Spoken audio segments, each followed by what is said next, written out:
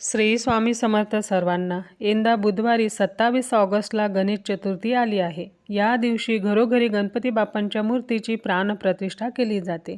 गणपती स्थापनेचा मुहूर्त यंदा सकाळी 11:05 ते दुपारी 1:40 असला तरी सुद्धा आपल्याला अशुभ काळ हा वर्ज्य करायचा आहे।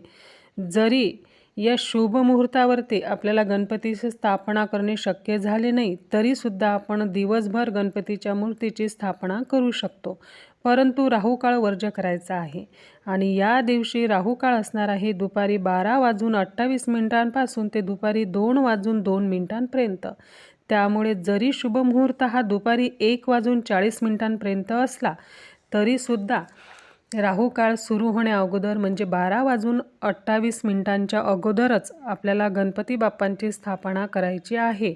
नाहीतर आपण राहुकाळ जो आहे तर तो वगळायचा आहे। दिवसभर आपण कधीही गणपती बाप्पांची प्राणप्रतिष्ठा जरी केली तरी सुद्धा चालेल, परंतु राहुकाळामध्ये गणपती बाप्पांची प्राणप्रतिष्ठा करू नये। श्री स्वामी समर्थ।